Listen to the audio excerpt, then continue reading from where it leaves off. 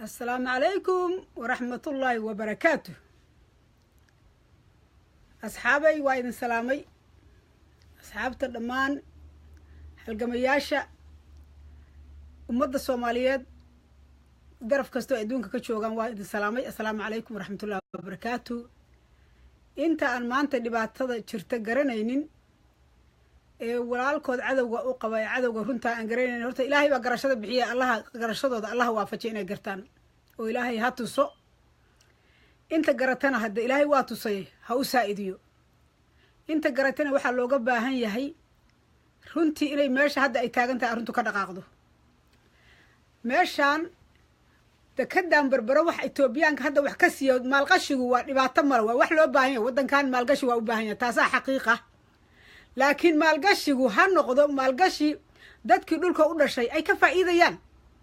wixii laga faa'iidayo oo faa'iido keenaya dee waa loo baahan yahay. dadkii dalkii hoos buu u dhacay, dhibaata ku habsatay, dawlad la'aan buu muddo badan ahaa, dhaqaale ma haysto, dhalinyaradii shaqo la'aan baa haysa. waa war la gartay in dalka maalgelin lagu sameeyo. adduunkana dee investment waa wax jira, waa sax in qolo maalgashato lagana faa'iido, ayaguna ay wax ka faa'iidaan. laakiin su-aasha la isweydiinahay waxay tahay, war heshiiskani ma yahay mid cawaaqib xumo u soo wada mustaqbalka ummadda Soomaaliyeed? ma yahay mid faa'iido lahaanshihiisa iyo lahaanshihii dalka iska lahaa uu leeyahay wixiisa inuu leeyahay oon lalaba lahayn? kontraad ha lala galo, hala maalgashto, qayb ha laga qaato. imaaraad laftigeeda hadday maalgelinayso horta 51 wixii loo sii agardarra ah waxay ahayd inay 40% qaataan. ilaa muddo badan bay joogayaan. 60% dadkii waddankan lahaa uu faa'iidada ka faa'iideysto. midda kale wax Itoobiya horta totalba meesha soo gali kara maba ahanba. waxaa halkaa ka arkaysaa inay tahay boob iyo dhacad oo aan laga fiirsan. dadka saxiixayana aysan dar iyo heelan runtii ka lahayn. maanta ka qabso maxaa iiga jira ay tahay dadka iyo mustaqbalka dhalinta soo koraysana inaysan waxba u reebayn baa cad. saasoo nimcada u jiifto maxamed siyaad bara 100 jeer baa wax walba loola yimid. waxaan faa'iido ummadaan u keeni doonin wuxuu oran jiray allah ka allah waa iga bas hagaajooda ha u baqtay hadday rabaan. sababtoo waa lagugu qabsanaya wax hadda gaajadaada aad xor ku tahay iyo gaajo hadhow aad xor ku noqon doono laguguba gumaysanayo baaba dhibaataa. waxaaga marka gurigaaga in lagugu gumaysto waa masiibo adduun, waa masiibo adduun weeye. marka midda hadda socota oo hadda muuqata, dad dhalinyaro horta ama dad badan runtii way fahmeen oo macnaha Somaliland ah wayna ka kacdoonsan yihiin. laakiin dad badan oo weli aan fahmin oo u qaba maaragtay xisbiga meesha haystaa inuu caqligii aqoontiiba hayo oo uu janno u wado na waa jiraan. kuwaasaa loo baahan yahay laftigooda indhaha inay furaan, si fiicanna u fakeraan. heshiiskana dadka hala tuso. annaga laftigeenu koonfur baan nahay, maxaa naga qaylisiinaya? hargeysa iyo waqooyi weligay ma arag, laakiin waxaan ogahay meeshii hargeysa iyo maxay burco iyo berbero wixii lagu sameeyay inaan anna isheegayn baan ogahay. hadday barwaaqo tahay iyo hadday shar tahayba waa hubaa. marka hadday khayr tahay waa u wada yeeri lahayd, leyrtiisaana soo gaari lahayd. 27 sano Puntland iyo Somaliland ba Soomaalida qofkii dhoofaaba u aadaya iyo Boorame. waxa keenaysana Soomaali waa Soomaali, meeshii ku nabad un baa la wada aadaya. wixii khayr ku jiro iyo meeshii wanaag ka socdaan la wada tagaya. marka sirtaan iyo dadkan politicalka yaan la waalin, yaan la iswaalin. shacabku ama koonfur ha joogo ama waqooyi ha joogo waa isku go'an yahay, waa isman hurtooy wey, waa isma hurto. sidaa daraadeed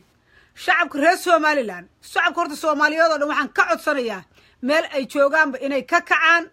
oo ay meesha ay macnaa ku mudaharaadaan safaaradaha labadoodaba. dawladda laftigeeda iyo baarlamaanku waa inay ka kacaan meesha. waa inay dadkaan maaragtay loo yeeraa, safiiradooda wax laga qabtaa. wasiirka ra'iisul wasaaraha khayr allah si uu hadlay, laakiin hadalkii waxaan rabnaa anagu degdegaan nagu jiro. waa iska dhaqaanaa Soomaali baan horta waa degdegnaa oo wixii saacad lagu kala baxaan jecel. waxaan filayaa inaysan horta ka hurdaynin oo hadalkii ra'iisul wasaaruhu ka yiri inuusan uga haraynin halka hadalku ku iyo maxay tahay warqadii la qoray inay arrinta bushin inay soconayso aysan halka ku harayn baan aaminsanahay. annaga shacabka waxa nala gudboon, dadku waxay garba ku leeyihiin iyo madaxdu waxay ku leedahay waa shacabka. shacabku waa inay muujiyaan arrintoos meesha ay ka taagan yihiin iyo daraankooda waa inay muujiyaan shacabku hadday seexdaan qof Soomaalida dhan waxay jeceshaa wax bisirta in loo keeno. dabeecadeenaba ah anigu waa u fiirsaday, laakiin maanta ma ahan. arrintani waa arrin muddo badan soo socotay. waxaa la yiri doqonta usha agteeda ku dhufo hadday garan weydana korkeeda ku dhufo 100 jeer federaal iyo naclad naloo keenay gobol naloo qaybsho gobolba calan loo sameeyey gobolba la yidhaahdaa madax bannaan toos loogu imow waa laga shaqeeyey maantana waxay maraysaa usha korkeena in lagu dhufto waxaana kuu tusaysa waana arkaya runtii baarlamaanka ee maxay ahayto Somaliland dadku wada aqal xuma ma garasho wada xuma ma wada qabyaaladaysna ma wada xisbiyeysna dad mustaqbal dhaba u fakaraya ku jira Somaliland dad runtu u muuqataa jira Somaliland dad xaqiiqda wajahaya ku jira Somaliland ma aha rabitaan iyo go'itaan ay rabaan oo kaliya inay tahay rabitaan iyo go'itaan waxa kasto uga weyn jiritaankooda dhabta ah uga weyn maanta Soomaaliya waa ayaga madax u ah ayaga ugu xoog badan macnaha Soomaaliya ku darsankeedu wax dhibaato iyaga u keenay mayso sababtoo waa waxay anytime u shooda ka qaadan karaan waa waxay anytime iska celin karaan waa waxay afgaranayaan waa waxay iyagu inay ka awood badan aan ka awood badnayn laakiin wax ka awood badan bay xarunta ku soo xareysanayaan maraakiib iyo hub iyo ciidanba waa la soo degsanaya marka taas waxay dhalin doontaa afka juuqda gabay dadkan hadda balada ka shaqeynayaan bariya dhow bay baxayaan way dhimanayaan ama sariir ay fuulayaan sababtoo waa yeelo waqti u haray ba iska yar hadday wad ka baxsadaanna wata tacbaan daynayn oo sariir ay ku aruuri doonaan maraan dheerayn haddii kalena wayba dhimanayaan maxay marka ka tageen yay dhibka uga tageen dhibka maanta ay hogaaminahayaan oo garwadeenka ka yihiin oo qalinka ku duugahayaan waayo cidda looga tagahayo hala is warsado dhalinyarada Somaliland iyo dhalinyarada Soomaaliyeed gooyal ay joogaanba hays warsadaano yaa waa looga tagayaa dhibkan cidda looga tagay waa dhalinyaro waa jiilka hadda jooga iyo kuwa soo socda iyo kuwa soo dhalan doona dadkii annaga nooga tagay xorriyadda oo noo dhintay oo godka u galay oo gumaysiga la dagaalay god bay ku jiraan abaalkoodii marka meeshii ay ka bilaabeen ay ka dagaalamayeen miyaan haddana lagu soo celinayaa saasay abaalkoodii taas u noqday annaga idinla hadlaynaa xataa anagu meel dheer caruun badan xataa naguma haysa annaga faa'iido badan xataa kuma lihin waa ilmaha iyaga iyo waxay dhalin wixii ka sadhelay wixii wax loo reebayo waxaan u qaylinayno waxaan u hadlayno waa iyaga rajo maanta Soomaaliya runta markaa idiin sheego aniga iga jirtay shakhsiyan ma jirto sababta aniga laftigayga horaan u batay haya wax yar baa ii haray intayba caga dhiganaysaaba haddaan rabo ama dhimanaya ama sariir amba fuuli maxaaba harsanba muhiimadda laga dagaalamayo oo xaqiiqda waa dhalinyarada waa iyo jiilka iyo kuwa tagoogtooda ku jira wey nin walba meesha ku raaxaysanaya dadkii waddankan hadda annagu qurbahan joogno dadka ku raaxaysanaya dadkii ka soo shaqeeya ma joogaan laakiin kii u dhintay baa uga tegay oo wax fiican uga tegay oo u shaqeeyey korontada qaarba intaasaa u dhimatay meel walba intaasaa u dhimatay xorriyaddooda intaasaa u dhimatay marka annagu ma gumaysigii 1960 ka hor ay u dagaalamahayeen dadkeenni wawayaasheen oo halkaa maarata ay nagu soo gaarsiiyeen oo sharafta iyo cirdi noo yeeleen ma bartii inaan ku celinaan rabna oo weliba gumaysi madow ku noqono oo weliba gumaysi madow hor fadhiisano wallaahi oo bilaahi oo tallaahi Ethiopia lagu qabsanaya Soomaaliya ilaahay magaciisaan ku dhaartay waa gadaashiisa waxaan oo dhan oo kale baana ku talagal carab diinna islaamna lama aha ilaahayna ma yaqaanaan runta haddaa idiin sheegno islaam baa u xigsanaysan wallaahi se islaam nala ahayn oo ilaahay isa ka baqayn 30 sano baaba'ayna hadday islaan yihiin marka ay riboorradooda tagno Soomaaliya baasaboorkooda sidii maartay fatantii oo kale ayaa layn loo geeyay fatantii oo kale halka loogu hor jiray qofka Soomaaliga xaraga ku mara waa qof baasaboor ajaanib wato aha oo waliba ay kuubsanayaan ku quuri la yihiin baxta oo kugu soo qamaamayaan war hadday islaan yihiin maxay wax noogu qaban waayeen islaamnimadooda xagga naga dhig waa xasad aan horeyna u socon islaamnimo aan ahayn carab baa hoostooda lagu cunay islaamkii baa hoostooda lagu cunay Falastiin baa hoostooda lagu cunay cid walba hoostooda lagu cunay dhagax tuurkii Falastiin baa maanta nala maagan yahay hadday dhalinyaro dad waxa iska jira xanuunsan oo qabiil ka buuxo war qalibiga caadifadan iska daga qabiil iyo waxaan sheegayna adduunku nooma yaqaan anagu qolaba baan ka nahay cidana kala galayso qoladaas oo u nahay unnisi inay kala wiiqaan bay doonayaan laakiin isku soo wado cagaha markay meesha soo dhigaan wallaahi oo billahi taala hal baan nahay hal shilin baan ka nahay sidaan adduunka hal shilin uga nahay baan cadow oo dhan halka shilin baan ugu nahay xabiib iyo xaasid ba shilinkaasaan u nahay haddaan shilin nahay qaar waxay ku leeyihiin maxaa ka quseeya maxay de Soomaaliland uga hadlaysaa oo Soomaaliland wixii barbara soo gal anima ay deynayaan ma boosaasay deynayaan maxamar bay deynayaan ma hobiyay deynayaan ma kismaayay deynayaan wallahi waa maya wa billahi waa maya wa tallahi waa maya haka yaabin waxa way slow killing baa la slow killing tartiib baa lagu dilayaa mid baa la qabsanaya mid kale la qabsanaya slow killing kaasaad ku jiraysaa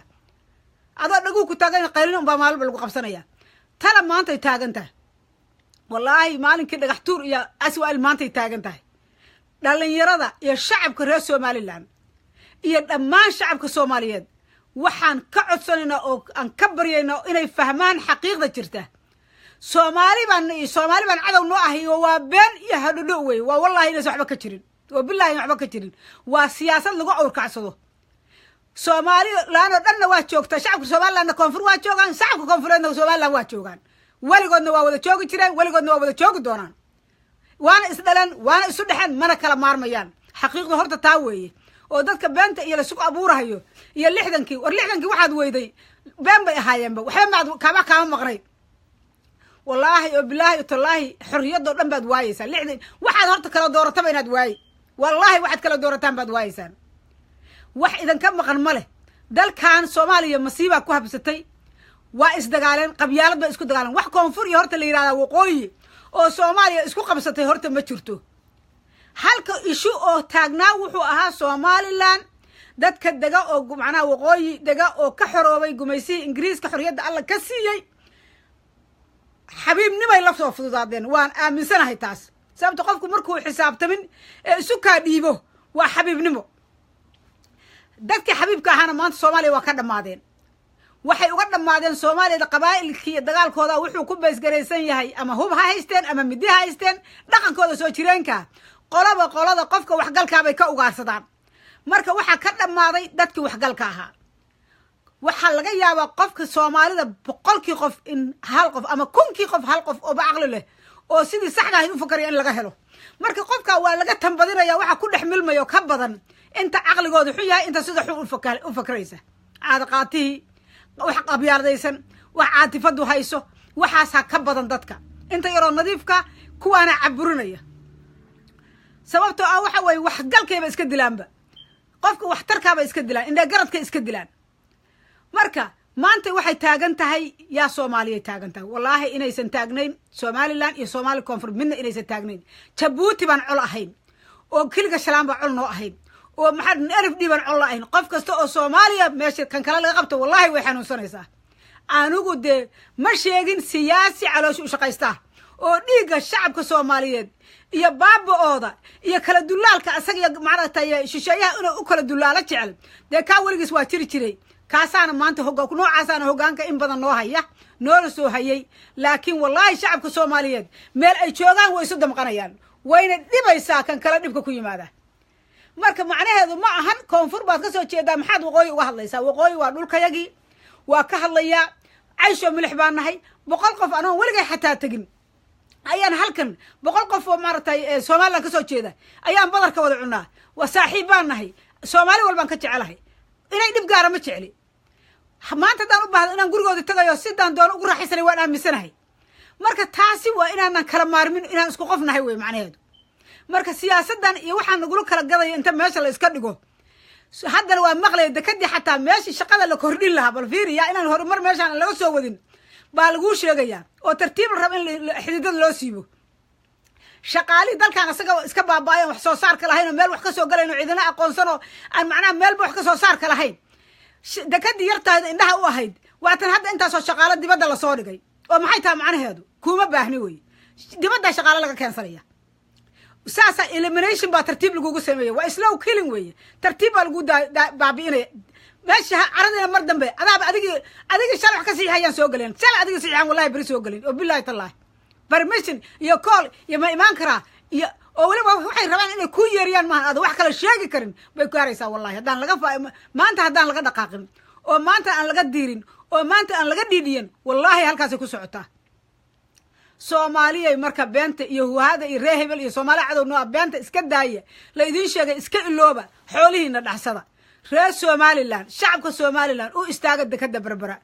shacabka Soomaaliyeed meel ay joogan dal iyo dekadaheena loo istaago boosaaso iyo kuwa kale waxay ku go'an yihiin barbara wixii laga yeelo waa wallahi inaysan wax kale ku go'onaaneen meesha ay taasi martay wada marayaan war anagu Soomaali ma nihin iyo waxaas waa faataa dhug Soomaali baa tahay hantidan Soomaali baa wada leh Soomaali baa iska wada leh soo dhul Ilaahay ku abuuray Soomaali ka dhigay weeye waxa ka halaabana Soomaali dhan bay ka halaabayaan waxa u hagaagana Soomaali dhan bay u hagaagayaan cadow hadduu isbarbare qabsado boosaasana waa haystaa tan ku xigtana wuu sii haysanay ilaa raaska mool waa qabsanaya barya male amaaba lagu kala gorgorta mudag sidii balaamka awalba balaanku ah Kenya iyo Ethiopia ay tiraahdo anna Kenya intaydan goosta iyagoo qolo kale ayadana fita ka riixayso waa normal waa waxaan shaki ku jirin waa waxaan daah saarayn aliin hadduu alla yahay dadka caadifaysan oo qabyaaladaysan qabyaalada dhinac iska dhiga qabyaaladan masiibada qan dhinac inta iska dhigtiin bal horta war helaaba tala helu yiri dekada horta faraha lagu soo celiyo war dekada faraha lagu soo celiyo koonfurada dekadii kugu haysato xoolo iga sii kula ma ahan adigu ilmaha mustaqbal kuwa ma yeeraanka iyo kuwa uurka ku jira iyo kuwa hadda aan advocate-ka ayagu aan macnaha advocacy isku samayn karin oo themselves aan soo hadli karin oo self represent ayagu aan samayn karin yaa loo baahan in loo speak out loo samay in loo hadlo kuwaas weeye in kuwa loo advocate gareeyo weeye macnaha waxaan u hadlayno waa ilmaha yaga soo shacabka reer Somaliland oo ma yeeraanka ah kuwa caloosh iyo kuwa tubta ku jira labadaba iyo kuwa yaryar oo maanta maxay dugsiyada dhiganaya weeye waxa loo dagaalamo la rabo waa waxa dhibku ayagu qabsanaya nimankan dhibka ka shaqeynaya dhibkan they will move forward way ka tagayaan aakhira meesha aadaya ilaahay baa ogay oo xisaabin doona laakiin 100% adduunyada silcaas ayagu ma arki doonaan sababta ama way dhinteen ama waa doqoomay xoolaha xadeen bay dibadaas ku dhinimanayaan ma fahamti ilmahoodana gumaysi bay meel xoolo bay u geynayaan laakiin xoolo kasta ay geeyaan dhul shisheeye bay horta geeyaan cunugooda iyo wiilkooda iyo kuwa awowga yahan shisheeye buu ka yahay iyo immigrant iyo minority buu ka yahay waxna kama aha meel kasta lacag kasta lahow Soomaali buu qofkaas lacagta ugu faanfaani karaa laakiin cid kale meeshuu joogo wuxuu ka yahay male oo lacaabihi lacagta xaaraanta u geeyay ama ugu abuuray oo mid uga dhaxlo wallahi aysan natiijo yeelanayn faa'iidana aysan ka keenayn waxna aysan weligood ka noqonayn war dhulkooda dadka dhulkooda ha loo caymiyo war ilmaha dekada barbara ha loo caymiyo war dhulkooda dadku macnaha markay hanti haystaan oo khayraad haystaan way gorgortami karaan way u suuq tagi karaan waxooda maalgelinta laftigeedu suuq tag bay rabtaa waxay rabtaa in loo gorgortamo in loo macnaha meesha ku faa'iido badan aan raadin mustaqbalka iyo future-ka dalkaana mustaqbal waxa gorgortanku waa inuu noqdaa mustaqbalka iyo future-ka tomorrow waa inuu noqdaa ma ahusan maanta maxaad jeebka igu shubaysaa inuu noqdo maaha waa intaa laga fiirsadaa shacabka soo reer Somaliland waa inay baarlamaankooda dabada ku dhagaan baarlamaanku waa inuu xukuumadda dabada ku dhagaa waa in la xisaabtamaa waa in dekada faraha lagu soo celiyaa bataatanba bal ninkii wax ku leeyahay waxbuu ku leeyahay hadduu wax ku leeyahay dalka madaxane maalgashi buu ugu leeyahay dayn buu ugu leeyahay ninkaas imaaraad haddaan ka soo qaado dayn buu imaaraad ugu leeyahay gashtay dayntiisiina waxaan ku heshiinaynaa saan u siin lahaa laakiin waxayga ma lahaan karo anytime waa inaan dhehla oran karaa iskaga tag wadankayga dayntaadi baad ugu leedahay waa dayntaadaan ku siinaya laakiin inuu anigu aan noqdo qofkii wax daynsaday oo kale inaan noqdo oo aniga macnaha banaanka la iga saaro si doonta la iga yeelo bari la igu qabsado hadda waxa mas'uuliyadeeda cidda qaadanaysa waa cidda maanta faraha meesha kula jirta oo maamulka haysa oo qalinkooda maanta wax ku duugaya weey ninka maanta Soomaali kala saarayo lana Muqdisho waxba uma ogin Soomaaliland baan aqoonsaday wallahi oo billahi tala 7 sano muxuu ku aqoonsan waay barbarana way taalay ujeedka ku dambeeya sheega barbara meeshaan ku taalay cirka kama soo dhicin haddana ma dhalan imaaraadna hadda bad adduunka kuma soo oran waa jiray 7 sano muxuu ku aqoonsan waay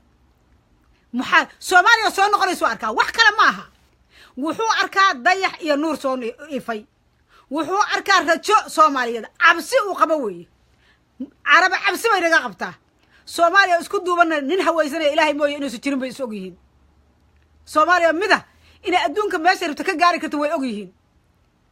waana ka islaamnimo fiicanay anagu haddaan waxaylo waa sadaqaysanaa waxbaan bixinaa waa iyagu waxay noo keenaan 12 madhabood oo adiim ah oo kala firqa ah oo maskaxda nologa qabsaday oo anaga isugu ka yalaayeen oo aruurtayda ku baabiyeen oo macay qof gurigiiba 3 madhabood 5 madhabood ka kala hayso waxaan ahay carab nagu soo saa'idin قال بابا هان لو بيا دور ربي ديارad nagu qaado guryahoodii aliista xaray aan xogaa yar xataa leer aan ku joogna aan cabid si gaar noo lahayn cabid meel waaba nala qabaataas islaamnimada ma wadaagno kan islaamnimo wadaagna saa noo galaya tarxiilka iyo dhibaatada ay dadka ku hayaan jeelashooda iyo sircudilada Ilaahay ma sheegi kara marka isku soo wada duub dekada marbara wixii ku dhaca Soomaaliya dhan bay ku dhaceen dibkii soo gaaran Soomaaliya dhan buu soo gaaray maalgashigu ceeb ma ahan dhibaatana ma ahan horumarna waa laga maarmaan in la helo laakiin waa in heshiiska laga fiirsado waa in heshiisku waadax yahay waa in heshiiska la soo bandhigo waa in heshiiska laga doodo waa in heshiiska macnaha ma aha maanta kaliya kuwa berita wax loo reebo caruurta beritool waxaan wax u dhaawacayni oo dhaawac u geysanay waa inuu noqdaa midaan dalkan halis gelinayn macnaha xorriyadiisa iyo madax banaanidiisa waa inuu noqdaa oo halis kasto oo maaragtay lagu qabsan karo waa inay macnaha meesha ka maqan tahay laakiin waddo kasto oo halis ku ah waa in laga joojiyaa oo aan macnaha cilaaqaadkan heblaayaana aqoonsaday oo aan macnaha noqodo qof jannadii galay aadan noqonin oo aadan macnaha isdhiibin weeye macnaheedu marka waxaan kula dardaarmaynaa shacabka horta soomaaliya meelay joogaanba waxaa naga hadlinaysa waa wax isugu kaaya jira waa wax isugu kaaya yaalla ma ahan inaan meesha tagno ma aha inaan cunto ka cunno ma aha inaan hargeysa tago ma aha inaan hargeysa aqaano ma aha ujeedadu ilaahay baa soomaali iga dhigay gaygaasna ilaahay baa iga dhaliyay soo magacaasaa ina wada wanaajiya ilaahay baa naga wada dhigay adna ma dooran adna ma dooran allaa nagu kulmiyey wixii dhibaatana soo gaaran waa u simannahay dhaafna waa u simannahay sidaa daraaddeed carab hadday baraka leedahay 27 sana laga arki lahaa kuwii walaalahooda meesha lagu gumaadahaya waa laga ka arki lahaa horta carab baa waxidiin ah xagga iska ilooba been ha isu sheeginina dream been inaad soo akhrisaan waa laga fiican yahay cadowgaagu caana macbu ku siiya horaa loo yiri laaluushka laydin siinaayo xoogaa beenta laydinku kala galay idinku baa cadow laydinku yahay sida laydin baabiinaya sida laydin qabsan lahaa baa laga hadlayaa marka waxaan usoo jeedinayaa maamulka iban Somaliland caqligana mala'an cadifadu waa meesheeda laakiin caqliga kama marne dadku ma wada caqli leh hal iyo laba haday maran yihiin inta kale caqli leh baarlamaankooda caqliga kama marne arrintan dib ha loogu noqdo dalkan cadowga lagu soo hogaaminaya maanta ha laga qabto cadowgan ilmaha dambe oo iyo ku ciribtooda dambe yaysan ida habaarin qabriga yaa laydinku cadaabin qabriga yaa laydinku soo habaarin ilmaha dambe wuxuu reeba ilmaha yarkaa mustaqbalkooda ha ku ciyaarin cadow ha u soo gelinin gacanta Itoobiya cadow bay noo tahay carab cadow buu noo yahay annagu walaalaan nahay Soomaali iyagaa walaalaa ha isdileen ha isdaayeen waxbaa alla isugu daray ma kala maarmayaan halkan markuu ka qaxo halkaas kale u qaxayo meesha nabadda kii ku dilay gurigiisa u qaxaysaa oo seexanaysa wax ka cunaysa Soomaali dadka kala maarmo ma ahan xaqiiqda markaysa loo eego wax kala maarmo iyo wax kala biskoona midna oo meel ku kala haraya ma aha sida daraadeed ilaahay ha laga cabsado oo waxaan idin leenahay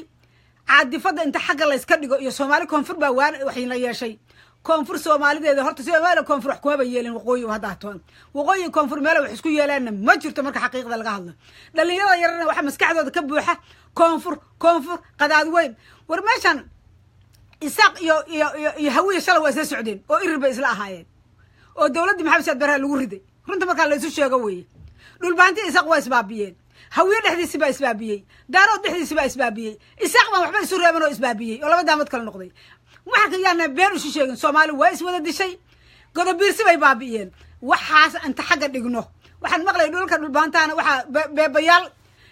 baa loo safay colaada Soomaaliland diyaarad baa u safan waxa inta iska tuurtaan gaarbis ku hurda colaad faa'iido ma ka saacidisee oo ilaahay darti isku cafisaan Soomaalinimadina iyo dalkiina midnimadiina u soo jeesta oo cadowgiina meel ka soo wada noqdo cadowgiina idin kala hiifaya oo idin kala gatay oo idin kala baabiinaya aliin haduu alla yahay cadowgiina u midooba dadkan maanta hoggaanka haya wax badan ma sii joogi doonaan laakiin waxa ay maanta sameeyaan waxay impact ku yeelanaysaa oo macnaha ay natiijo ku yeelanaysaa iyo saameyn mustaqbalka iyo caruurta yarka oo dhalinyarada maanta iyo kuwa dhalan doona taa iyadoo laga fiirsanayo caruurta waxa loo hambeeyo meel xun yaan lagu furin geedigan raran yaan meel xun lagu furin xerada aad ka guurayso iyo xerada aad u guurayso waa in maamulku kala fiirsada Somaliland waa inay ka fiirsataa xerada ay ka guurayso iyo mid ay u guurayso xerada ay ka guurayso waa mid ay ka adag tahay waa mid ay ku awood tahay waa mid ay ka awood badan tahay laakiin xerada ay u guurayso oo reerkeeda u rarayso ha ka fiirsato waa xero ka xoog badan barina aysan xorriyad heli doonin ilmaha yarka marka meel xun yaan looga tagin mustaqbal xun yaan loo soo jiidin Soomaaliya furaha macnaha gumaysiga ha u noqonina inuu Soomaaliya gumaysta maanta barbaray ku xiran tahay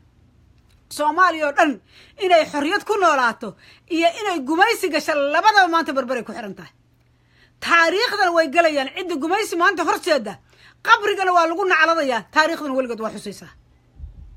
marka Soomaaliya oo xora maanta gumaysiyan lagu celinin barbara oo dadkii lahaa ay gaajo u baqtiyayaan yaan Arab iyo Ethiopian qabsan oo waliba carabku waa dheragsan yahay Itoobiya gaajaysan baa loo qabanaya oo man bad oo rimanayd oo waligeed u dhalaysay bad oo siyaad bar ka weyday wada ay ka soo gasho yaa burburkii uga faa'iideysay intay kala burburisay intaasna wadaday raadinaysa maraakiib bay u gadatay maraakiib qof aan bad lahayn maraakiib gatay qof aan bad lahayn wasiir badad magacawday war xagaa u socdaa waxbuu isku ogyahay waxbuu isku hantiyay intaasoo markab kharashka ku baxaya kharash yar ma aha sababtu intaa u gatay maxay tahay sababtu intaa u gatay waxbuu isku ogyahay waxbuu isku ogyahay barwaaqo isku ogyahay wuxuu ogyahay meel uu ka faa'iideysanayo oo wadadeedii furaheedii halay oo aan weligood midnimo midoobi karin oo weligood col ah oo dab isugu dhiibay oo maskaxda ka fariistay ma garad oo qori dab isugu dhiibay buu ogyahay inuu ka dhex faa'iideysanayo dhexdiisa malaygaysa ka guranaya maraakiib yeelan mahayaan ciidan bad ma leh waxaan ku waa loogu talagalay marka maantay ayay noo dagan tahay maantay haddaan fahmi weynana faraheena waa ka baxday ma ahan in berbera ay maanta ku ekaanaysa dhibkii qabsada wallaahu se berbera ku ekaanayn oo bilaahu se ku ekaanayn oo isaq ku ekaanayn oo Soomaaliland ku ekaanayn waa tii la eedaa wixii soo gala berbera boosaasay joogaan hobyay joogaan kismaayo xamar bay joogaan baraa way joogaan kismaayo joogaan waa saas daadku ha ku qaado wey maraakiib baa lala soo galaya ciidana oo hubaysan oo cidaysan kaa xoog badan kaatal maxaad qaban bal xageed wax ka qaban Soomaaliya markay talab ku eg tahay markay eg tahay qabasho leedahay maanta qabasho leedahay berbera iyo Soomaaliya maanta qabasho leeyihiin berbera iyo boosaaso iyo Soomaaliya dhanba maanta qabasho leeyihiin heshiiska haddayna maal gashanayaan waa in la tulxaan bixiyaa waa inayna heshiisyadii ummadu gali jireen oo qofku lahaanshihiisa oo marna mulku guurayn waa inay horta mulkigu Soomaaliya tahay oo mulkiila ayagu ay yihiin qofka maal gashanayana in la gorgortamo intaan ugu maal gasho intaan ku siinaya shaqaalahayga aniga ka shaqeynaya wadanka ilaa u baahan oo wadankaagi adigu lacagtaas aad leedahay dakada ka soo baxda waxaad kala soo degaysa intaad ku soo degsanaysa adiga ku taala laakiin inaad tiraa iyagu ku maamulaan oo ay adiga yatiin ka dhigaan oo laba qolof hadda isku ka garabsato oo berina sheerka laga iibiyo amxaaro oo la yiraahdo amxaara laga iibiyay oo hadii raban amxaara ay tiraado maxay tahay waxaan ka iibiyay yuhuud baa ka iibiyay cid doona laga iibin karo oo saal ugu qabsan karo hadda idinku hayso looginina indhaha lama la dadkuna aqliga ma laha sidaa daraadeed yaan caadifada yartaa iyo qadaad weyn iyo koonfur iyo baaxasadkeena waa beentaas wallaahi waa been tii runtahay baan wali la arag runtii baan wali la arag xorriyadda maanta la haystay yaan la iska qaadin heshiiskiina iyo xoolihiina dhacsada haddaad xor tahay ood gaajo u dhimato geeradu mar bay leedahay laakiin haddaad xor tahay oo digirtaada xorriyad ku cuntaa hataa waa daw waa nimco laakiin markaad xataa inta maxay tahay inta gumaysigu xataa hadduu dharga kuu buuxsho ciil baadan la cunayn wallaahi iyo ciil ilaahay baan ku dhartay meelu kaa maraad garan waayeysaa gumaysi baynaa arkin marka dhalinyarada kacsan oo dhan gumaysi weligood ma arag moogta dhul xorriyaday ku dhasheen waxaa la qabadsiiyo oo laga buuxiyey walaalkaabaa cadow ku ah dasid koonfur baa cadow ku ah intaasay aaminsan yihiin war waxaa waxba kama jiraan war waxaas run ma ahan war alliin hadduu alla yahay waxaad dhacsanaysaan dhacsada koonfur waxba inkuma haysatee waxna baddaan berbera kama rabtee 100 badoo kale haystaane laakiin cadowaan ayaga iyo idinka idin kale aqoon baa soo galaya intaa way laga dagaalamanayaan waa intaas inaad munaafacada heshaan waa rabnaa laakiin heshiiska iska ilaaliya heshiiskan la sheegayo oo macnaha 19% iyo Itoobiya waxaa meesha kula haynsiiyay horta iska ilaaliya sheer la gadi karaana inay hadii la gadanayo qolada iskale waa inay gadataa oo Soomaaliya no matter what hadday leeyihiin sheerka ama naga gata ama waa wareejinaynaa ma dhici karto taas because waa nida waa wada la falayo la leeyahay sheerkii naga gata adigoo lacag haysan macalla hadda naga gado qol kale oo lacagtina siinaysaan ka gadaynaa taa ujeedadeedu waxa way marka hore heshiiskaas waa inaad macnaha dhidibada loo aasaa oo la yiraahdaa no matter what anytime haddaad doonaysa inaad ka baxdo gurigu wuxuu ku soo noqoyaa ciddii iska lahayd lacagtaadana waad suganaysaa sidii loogu talagalay ama waad shaqaysanaysaa oo sheerkaagi baad sidii u haysanaysaa haddaadan sheerkaagi ka baxdidna lacagtaadii tartiib baa lagu siinaya laakiin sheerkii waxaad ka gadi kartid oo kale oon annaga ahayn dhulka iska leh ma jiro horta heshiisku waa in wax buuxa oo nidaam lahaanshaha oo dhab ah oo qof walba mar walba lahaanshaha berbera dadka iskale ay ku soo celinayso waa inuu meesha ku jiraa laakiin haddaan wax qaybsanay oo mid konton iyo kow leeyahay iga badan yahay oo midaan waxba shilinku waxba canta ana ka helayno lagooyo ciidan iyo inuu ugu hub igu soo urursado aniga qabsado waxaan ahay ana ka helay 19 ka leeyahay oo ninba ninku rabo haduu rabo leeyahay oo Ethiopia ii celinaysa lacagtu aan ka gaday oo adiga aan labadii Ethiopia markay soo 19 iyo konton isku darsatay meeqay noqotay 170 nin kale maxaad kula hadli kartaa meeshaas maxaad adigu ka noqonaysaa isuga baterigaaba iga dhacayeen warba ya إيه كذا بالأمبتري كعليه